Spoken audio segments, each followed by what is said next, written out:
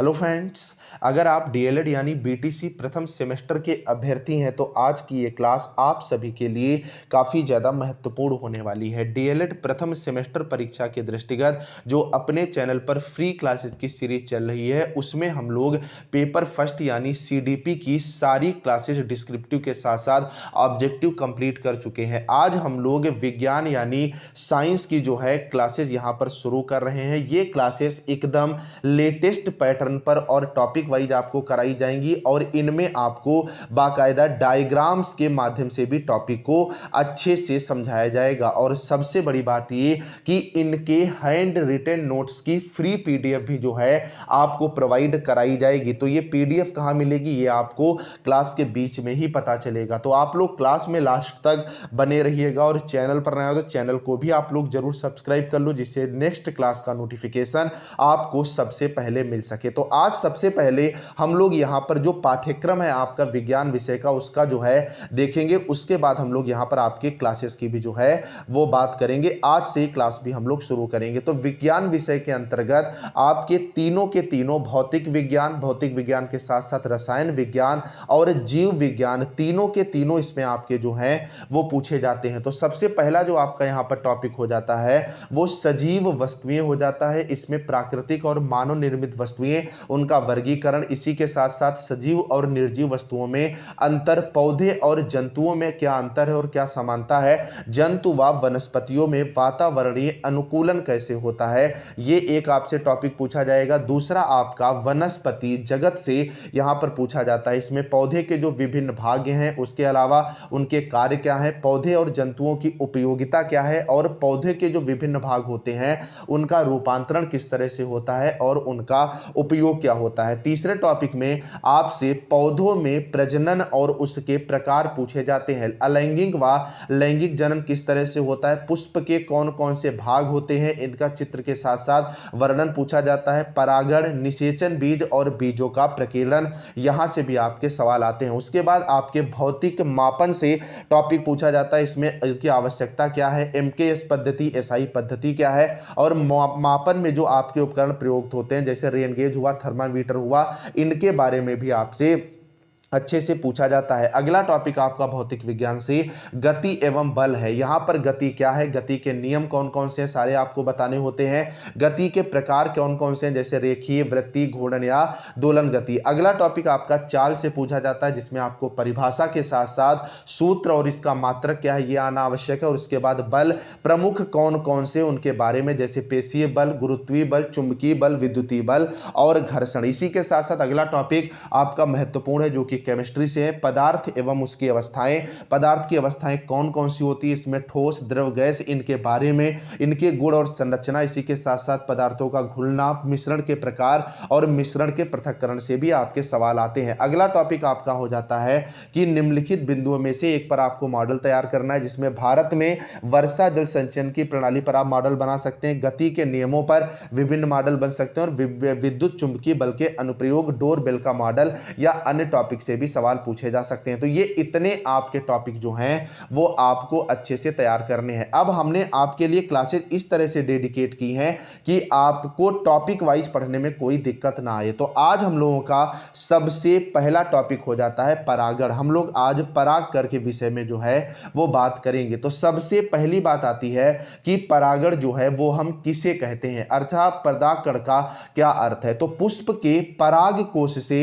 पराग कणों के उसी पुष्प अथवा दूसरे पौधे के किसी पुष्प के वर्तिकाग्र पर पहुंचने की क्रिया को जो है वो हम लोग परागण कहते हैं। अब आप यहां पर अच्छे से देख सकते हैं ये आपका एक पुष्प है। पुष्प में ये जो आपका बीच का हिस्सा होता है इसे हम लोग वर्तिकाग्र कहते हैं। ये आपका पराग कोश होता है। पराग कोश से जो पराग कण हैं वो जो टूटते हैं, पराग कोश से जो पराग कण गिरे वो अगर उसी पुष्प के वर्तिकाग्र में गिरते हैं तो इसे स्वपरागण कहते हैं। मतलब उसी तरह का जो है जनन होता है। इसी तरह अगर आप बात करोगे कि इस पुष्प से परागकण निकले और वो किसी दूसरे पुष्प के वर्तिकाग्र में गिरे जाकर के, तो इसको परपरागण के नाम से हम लोग जानते हैं। अब आप यहां पर अच्छे से देख सकते हैं, सवाल आपसे ऑब्जेक्टिव प्रश्न में भी पूछा गया है कि परागकण कितने प्रकार के होते हैं। तो परागण जो है ये आपके दो प्रकार के होते हैं। सबसे पहला आ जाता है आपका स्वपरागण। जैसा कि मैंने बताया, जब पुष्प के पराग कोशों से परागण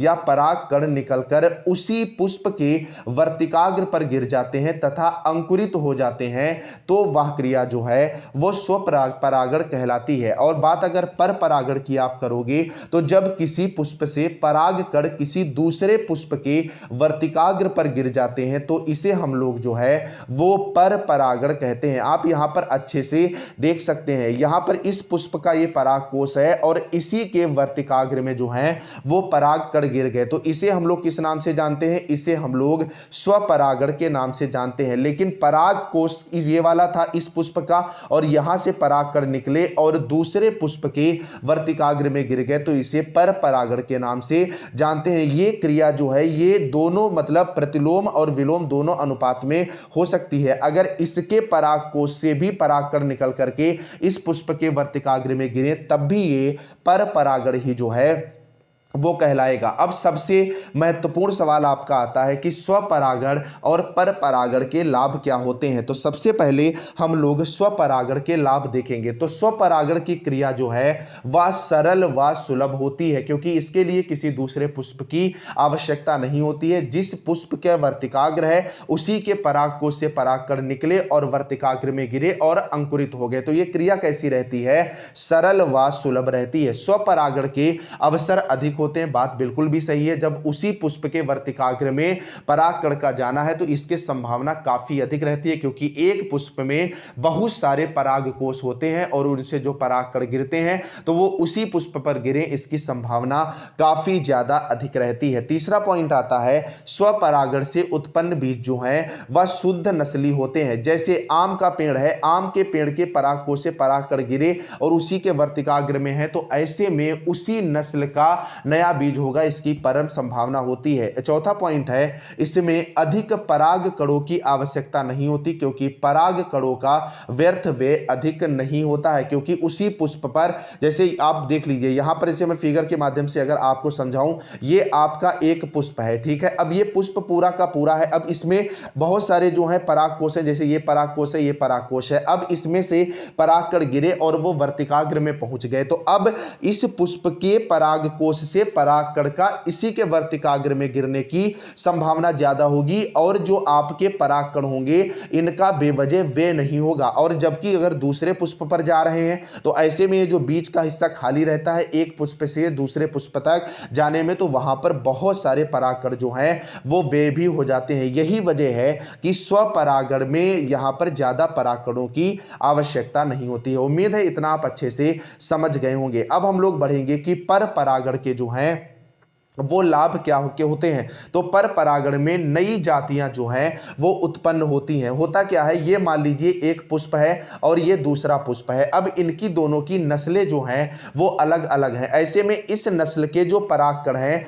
इस नस्ल वाले जो दूसरे नस्ल वाला पौधा है उसके वर्तिकाग्र में गिरेंगे, तो इनका जो है आपस में जो है यहाँ पर अलग तरह का एक पुष्प जो है वो उत्पन्न हो जाएगा। तो आप इसी को यहाँ पर देख सकते हैं कि इसमें नई तरह की जातियां उत्पन्न हो जाती हैं, और फल जो है वो अधिक संख्या में बनते हैं, क्योंकि उस पुष्प से जो है परागकणों से फल तो बन ही रहे हैं, साथ में जो नए पुष्प से दूसरे में जो आ रहे हैं परागकण, उनके माध्यम से भी जो है फल बनते हैं। तीसरा पॉइंट है, बीज भी अधिक संख्या में बनते हैं। कहने का मतलब ये कि परपरागण में फल और बीज अधिक संख्या में बनते हैं। चौथा पॉइंट है, परपरागण से अधिक बीजों से बने पौधे मजबूत और स्वस्थ जो है वो होते हैं, हैं, क्योंकि इसमें अलग अलग तरह के नस्ल के परागकण पाए जाते हैं। अब सबसे महत्वपूर्ण आपका प्रश्न आता है कि परागकण की प्रक्रिया किस तरह से होती है। प्रश्न पिछली बार परीक्षा में लघु उत्तरीय में पूछा भी गया था। इससे पहले मैं आपको बता दूं, इसकी पीडीएफ आपको मेरे ऑफिशियल टेलीग्राम ग्रुप जो कि डीएलएड बीटीसी क्लासेस को लेकर के है,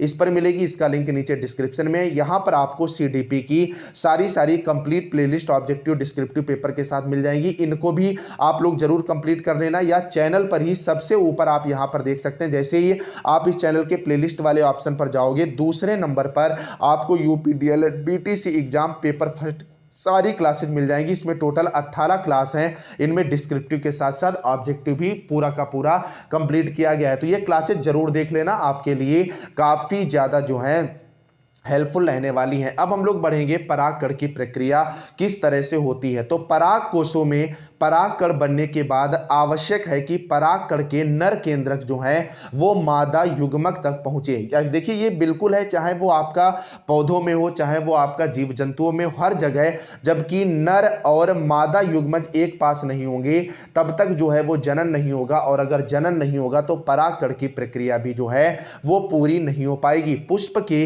पराग कोश से परागकणों के उसी पुष्प अथवा दूसरे पौधे के किसी पुष्प के वर्तिकाग्र पर पहुंचने की क्रिया को जो है वो परागण कहते हैं। जैसा कि मैंने आपको इस डायग्राम के माध्यम से आपको समझाया है कि ये चाहे आपका स्वपरागण हो चाहे परपरागण हो, ये दोनों के दोनों परागण के अंतर्गत ही आते हैं। अब चाहे पराग कोश से निकलकर परागकण उसी पुष्प के वर्तिकाग्र में जाएं या दूसरे पुष्प के वर्तिकाग्र में जाएं, दोनों की दोनों क्रियाएं जो हैं ये आपकी परागण यहां पर कहलाती है। जब एक पुष्प में पराग कोशों से परागण निकलकर उसी पुष्प के वर्तिकाग्र पर गिर जाते हैं तथा अंकुरित हो जाते हैं तो वह क्रिया स्वपरागण, तथा जब किसी दूसरे पुष्प से जो कि उसी जाति का होना चाहिए, नस्ल भले ही जो है वो अलग अलग होनी चाहिए। जैसे मान लीजिए एक गुड़हल का पेड़ लगा है और एक गेंदा का पेड़ लगा है, ठीक है। अब इसके परागकण जो है अगर इस पर गिर रहे हैं और गुड़हल के फूल के परागकण गेंदा के फूल पर जा रहे हैं, तो इससे कोई नई ब्रीड जो है